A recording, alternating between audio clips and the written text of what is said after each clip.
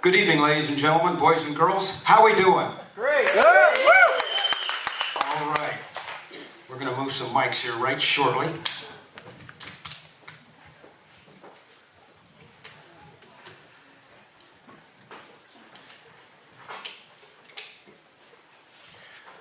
I want to thank all of you for being here tonight and supporting this grand event. I consider it a premier event. It's warm and friendly. I'm very humbled.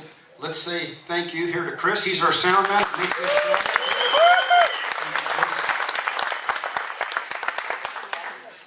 I want to thank the Fitzgerald family for putting up with my wife and I and hosting us, and all of the people here that host the entertainers. Thank you. And I want to thank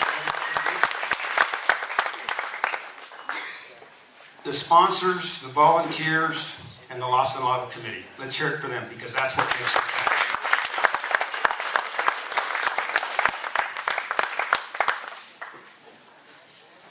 That's fine. Thank you, young man. I want to hear the rippest, roarest crowd you ever heard, first time out of the box on the count of 3. With a big yeehaw. Are you with me? All right. 1, 2, 3. That's it. That's the spirit.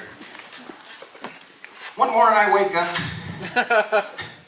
I was happy. As long as my name's not in the obituary, I'm breathing, and I'm above ground, I'm good.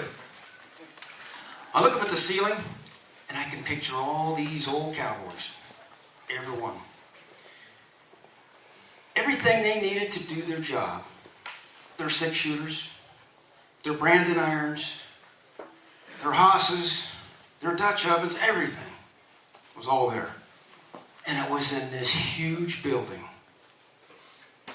And as a boy, I always heard, and I believe, that old cowboys never die. So I titled this Old Cowboys Rest Home.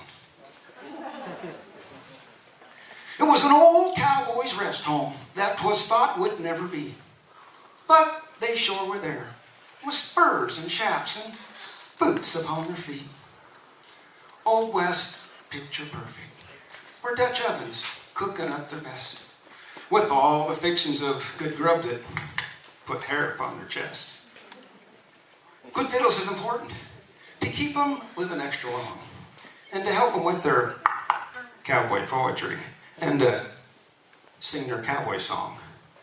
The aroma of campfire coffee and good old cowboy beans, with cowboy posters on the walls of Tom Mix, John Wayne, Roy, and Gene. Their scabbard rifles and holstered 6 guns, there for times of need. Them cowboy hats laid upon their crowns, respectful as should be. Their branding irons in the fire, waiting to mark their brands. Camp cooks in their Studebaker chucks, cooking for all the hands. Patriotic is the cowboy. Of course, we all reckon that's true. Yeah, like Western stars, Gene and Audie Murphy, just to name a few. And like a Charlie Russell painting, all cowboys, they'll never die. And looking back to cowboys past, their pride and spirit still alive. Thank you.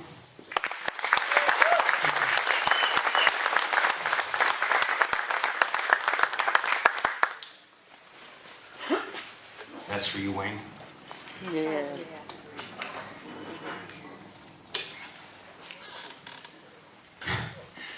The psychic fair was canceled due to unforeseen circumstances.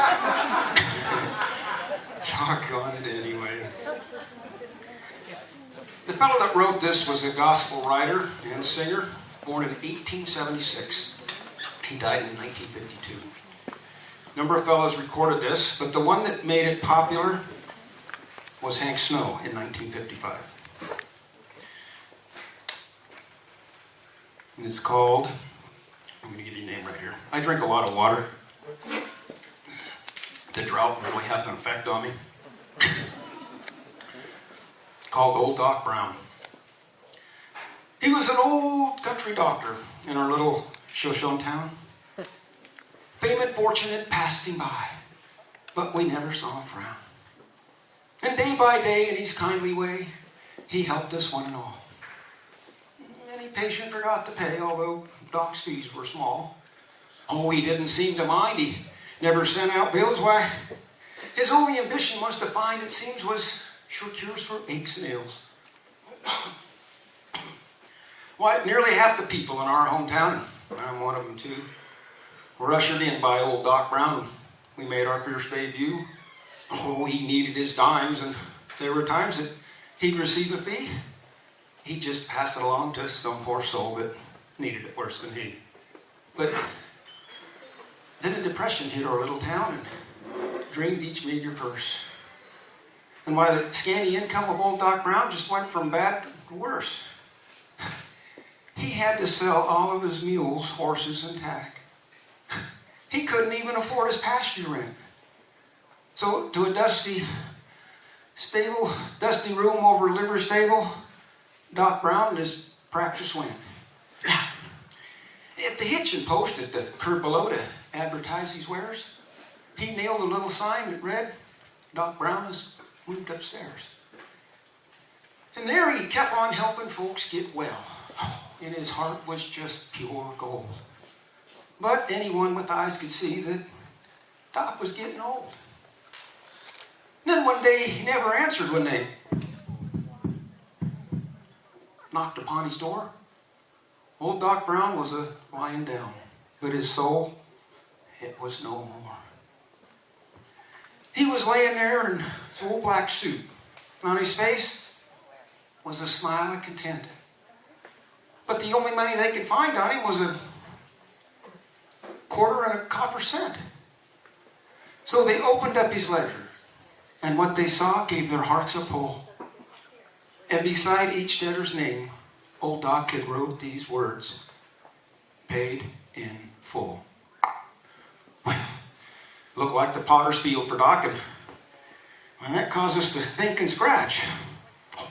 Yeah, until someone remembered the family's graveyard out of the Simmons ranch. Now, old man Simmons, oh, he's a grateful cuss. He says, Doc been like one of the family. Yeah, sure, you could let him sleep with us.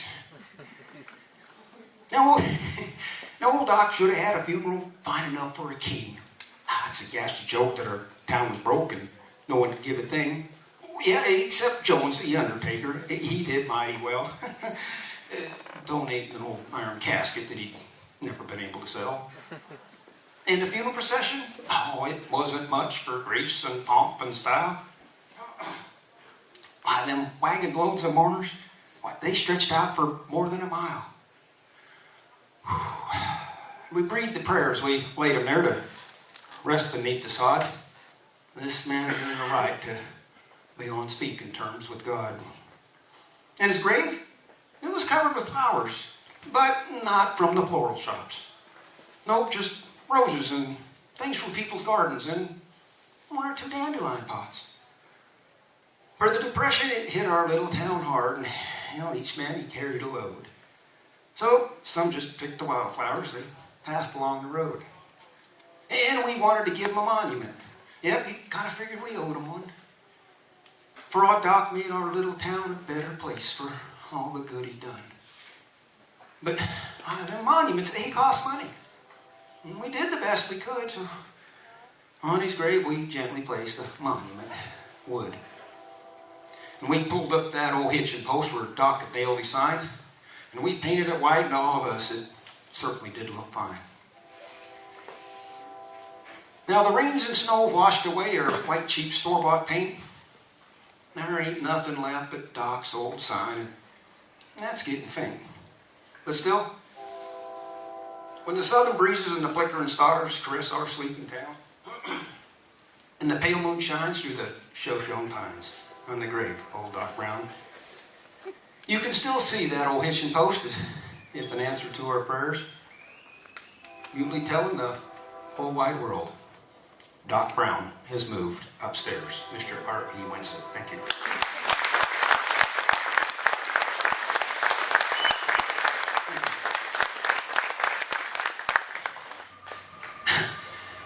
I come up here from Reno, Mrs. and I. She was nice enough this time. I Got the right in front. Riding in that dang trunk, there ain't much view back there.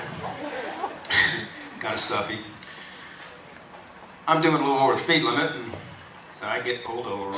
I'm not real happy about it, and this officer, he's kind of ornery with me, and keeps going back and forth, and he sees I'm upset, and so he's upset. Pretty soon he says, "Look, you ever been up before a judge?" And I just tipped my hat back and looked him right square in the eye. And I says, "Hell, I don't know. What time does he get up?" And a sign here, please. Thank you.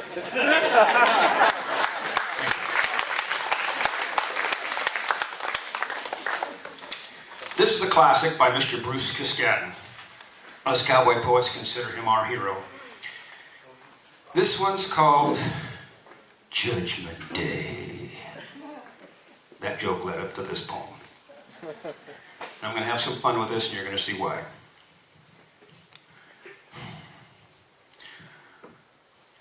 Once I dreamt while I was sleeping that the earth had passed away, and the boss of all creation made a work on Judgment Day.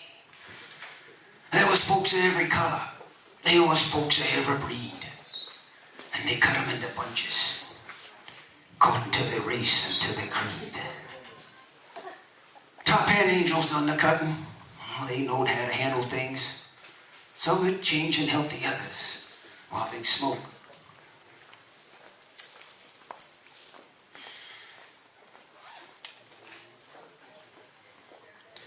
And rest their wings. Then I seen a bunch of fellas they was holding on the side, grazing sort of loose and easy, and the angels working wide. He had judged and classed the others by a book of rules he used. Then he calls out to the angels, "Now bring on the buckaroos." Angels bunched and shoved forward. Well, some boys were surprised, but not dismayed. Ambling up to face the judgment came that grizzled, wild brigade. Each one pulled his hat on tighter that they'd done from habit's force. It's a trick of most rough riders when they mount a bucking horse. Some was young and some was older. Some walked with a limping stride. Some still had their high-heeled boots on that they was wearing when they died. They all stood in line to answer for the ways they'd spent their days. And they faced the boss of heaven with a cool and level gaze. And the boss of all creation, he gave them boys a careful look.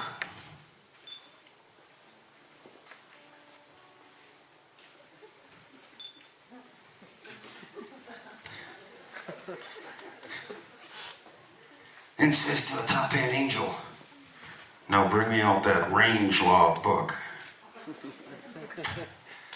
Well, I turned and asked an angel why that judgment book was changed. Well, they judged that bunch of cowboys by the laws that ruled the range. And he answered very solemn. And that the reason was because you can't never judge a cowboy by another fella's laws. Mr. Bruce Cascadden, thank you.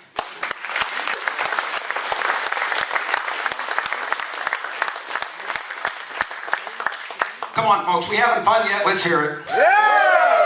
All right. I love this crowd, I really do. Thank you for allowing me to spend some time with you this evening. Now, I'm going to get another one here. This drought is something else. My father worked for the phone company for 41 years. He worked outside. One day I come home. He was there. It was snowing that day. He kind of beat. He goes, "Hey, Tom, why don't you pour your old dad a highball?" I said, "All right, Dad." So makes him a drink and bring it in there. He's sitting there in his chair and he goes, "Sit down." And he goes, "Tell you what," he goes, "I want to ask you a question." I says, "Go ahead, Dad, shoot." He looks at me and he says, "How old are you?"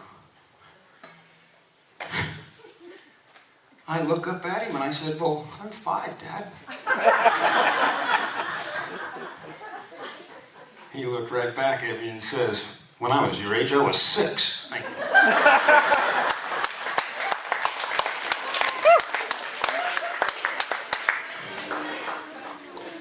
Okay, I had a boss that, you know what I like about you, Tony? I said, what, sir? He goes, nothing. Absolutely nothing. Now, I'm going to give you a novelty poem. You okay with that? Yeah. Okay, it's actually a story. And it's a Hibboleth mother writing to a Hibboleth son. And I call it Dear Junior. Dear Junior, I'm writing this here letter slow, as I know you cannot read fast. Now, just for your factual point here, these are all true. We don't live where we did when you left. As your pa read, well, most accidents happen within 20 miles of the home. So we moved. I can't give you a new address. They're true.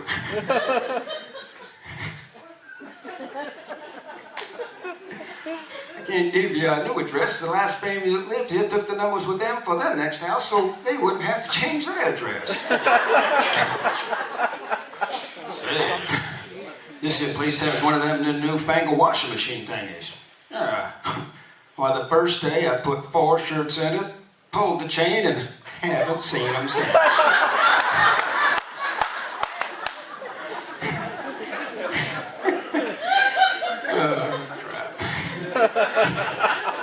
I love it.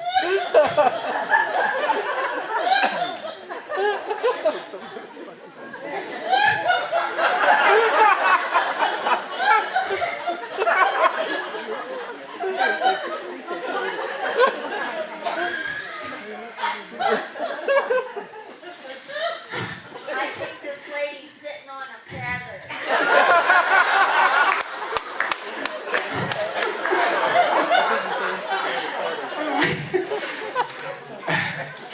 Okay.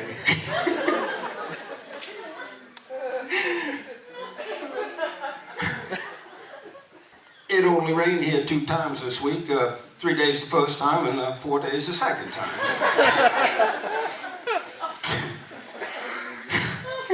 Oh, and about that coat you wanted me to send to you. Your Aunt Sue Ann said it'd be a little too heavy to send in the mail with all them big heavy buttons on them.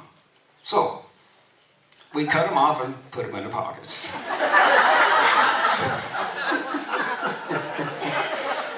Oh my God.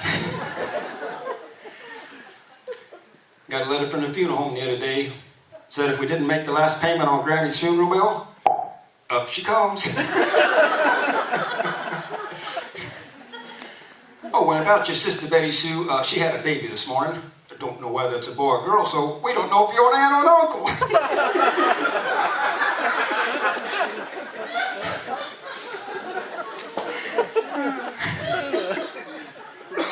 And speaking of uncles, your Uncle Merle done fell in the whiskey vat at the distillery last week, and, well, some of his friends tried to pull him out, but he fought them off playfully.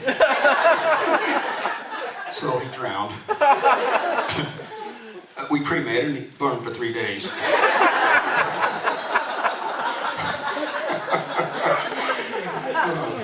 I'm going to run out of time up here. Oh, and for your birthday, your Aunt Jess Pearl went and knitted you a nice pair of colorful woolen socks. Beautiful prunes and fruitcakes embroidered on the sides. But after she'd done sending off to you, the lady there at the post office said she reckoned you'd grown another foot since she'd seen you last. You know where it's going, right? Sorry. These were all funny at rehearsal, too. So now your aunt's fixing to knit you another one. You should be getting the mail sometime next week. Now, yesterday I was putting that 105 in the shade, according to the thermometer, sitting in the sun. I don't know if that's regular or Celsius.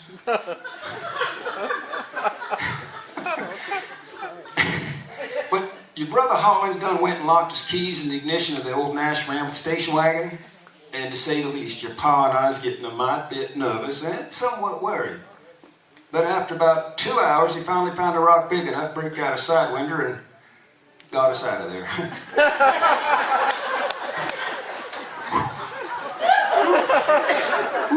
That was a close one. Oh, by the way, 3 of your friends went off the old bridge in a pickup truck. One was driving, the other 2 were back. The driver, he got out okay. He's able to roll a window down and swim to safety. The other 2 drowned. Apparently they couldn't get the tailgate open.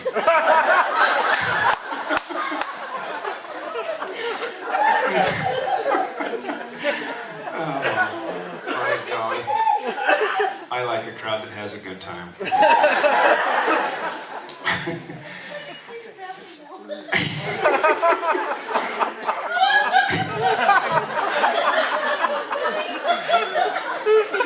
I'm gonna pee my pants.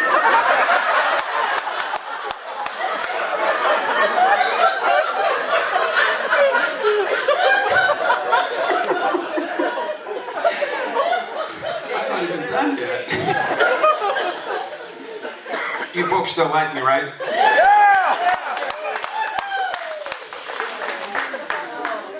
Well, nothing much has happened. Ma, P.S. was going to send you some money, but the envelope was already sealed. Thank you.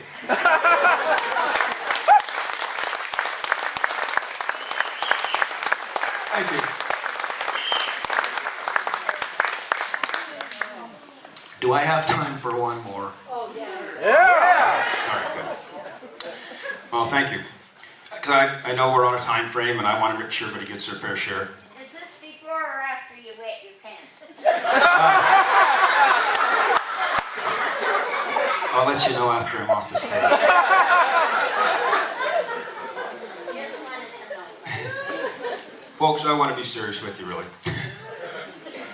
As entertainers up here, our focus is to make you happy. Get your mind off of things that aren't right. And if we can do that, you give you a smile or a laugh, then we feel we made that connection. I just want to say that. Thank you very much for doing the show.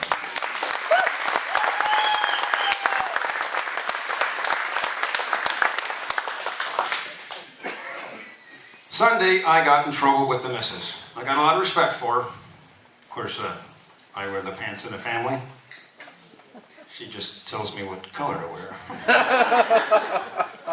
I'm just sitting there, minding my own business, and she says, "Hey, what are you doing?"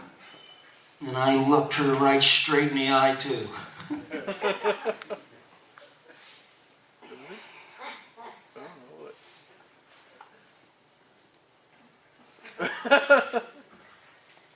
And I looked her right in the eye and I said, "Nothing." Says, "You did that yesterday."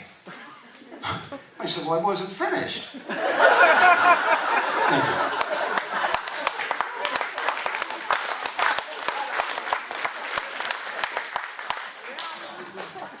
You've been a great audience, and I want to do an audience participation right here. I'm going to ask 2 questions. You can see I can't count very well. Was all through school like that. Would you like to hear humor, or would you like to hear good old-fashioned American patriotism? I want your feedback. Both! Both. Well, I'm going to be cutting into some of our friends over here, and I respect them. I want to make sure that I don't get kicked off the stage here. So I got a short time. I'll tell you what. I love you all, and I want you all to be happy. I take my hat off when I do patriotic verse. There's a reason for that. When we do our Pledge of Allegiance, we do the same thing. Respect for our great American flag. It means so much to all of us. Respect for our men and women who serve this country. Those men and women who gave that ultimate sacrifice, allowing us these freedoms that we so dearly love. Right. Yes, sir. Amen. Thank you all. Amen.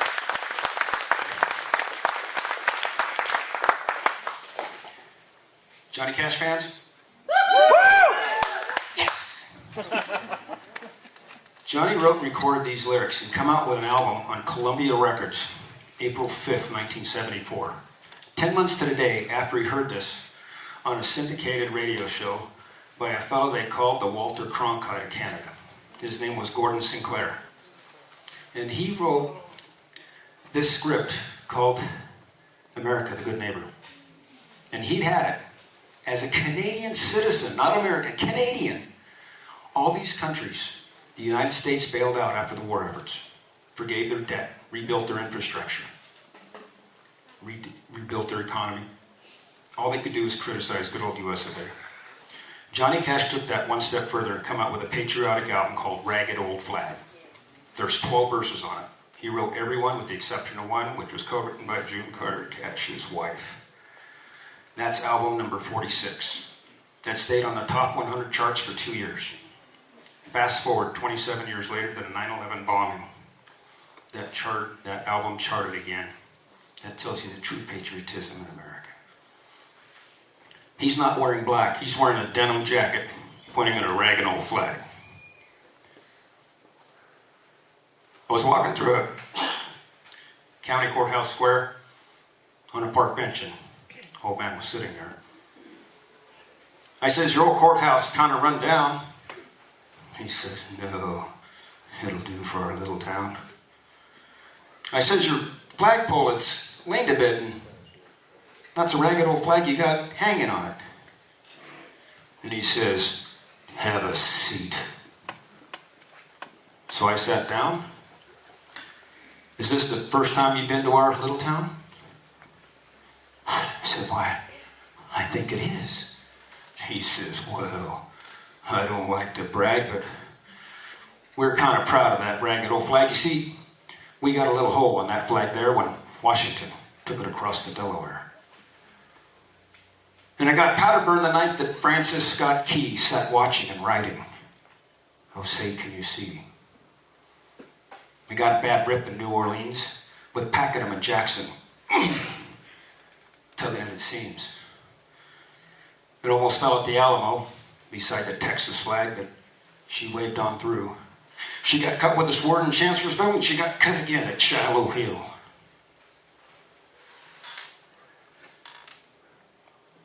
And there was Robert E. Lee, Beauregard, and Bragg. And that south wind blew hard on that ragged old flag. On Flanders Field in World War I, she got a big hole from a Bertha gun.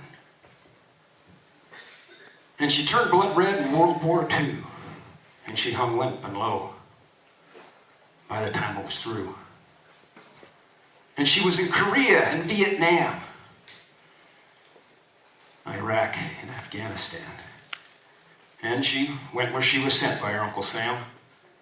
And she waved from our ships upon the briny foam, but, well, they've just about quit waving her back here at home. In her own good land, she's been abused. She's been burned, denied, dishonored, and refused. And the government for which she stands is scandalized throughout the land. She's getting threadbare and wearing thin, but she's in good shape for the shape she's in, because she's been through the fire before, and I believe she can take a whole lot more. So we raise her up every morning, take her down every night.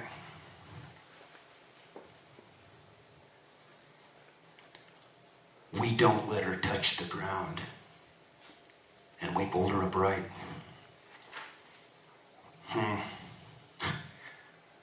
You know, on second thought, I do like to brag, because I'm mighty proud of that ragged old flag.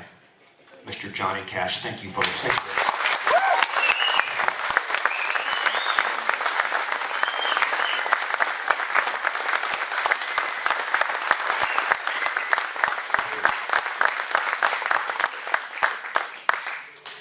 Was that Chris or was that you, young man?